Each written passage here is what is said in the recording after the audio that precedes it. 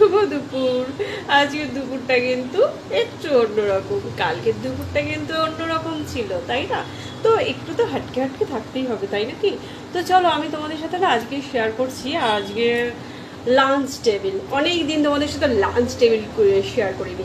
তবে হ্যাঁ, lunch table মানে কি একবারে হ্যাপক কিছু করেছি তা না, একদম সিম্পলের মধ্যে করেছি। কারণ আমার একটুখানি পেটের ট্রাভেল যাচ্ছে, তার জন্যে আমি কি খাচ্ছি, কি রেসিপি করেছি, খুবই সাধারণের অসাধারণ রেসিপি, কিন্তু দেখতে থাকো।